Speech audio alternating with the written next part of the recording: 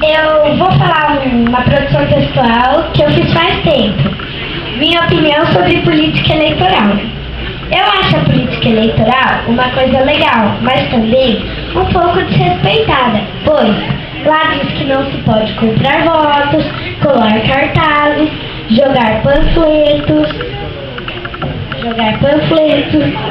pois essas coisas, além de corruptas, poluem o meio ambiente. Na hora de votar, a gente tem que pensar se aquele candidato tem uma ficha limpa, uma ótima trajetória como candidato. A pessoa tem que prometer só o que for possível cumprir. Por exemplo, o que adianta o político prometer tirar o lixo e não tirar? Uma coisa que eu acho um absurdo é Bolsa Família. Por que ao invés de eles darem Bolsa Família, eles não dão um bom emprego? Pois isso faz com que as pessoas tenham vários filhos só para ganhar Bolsa Família.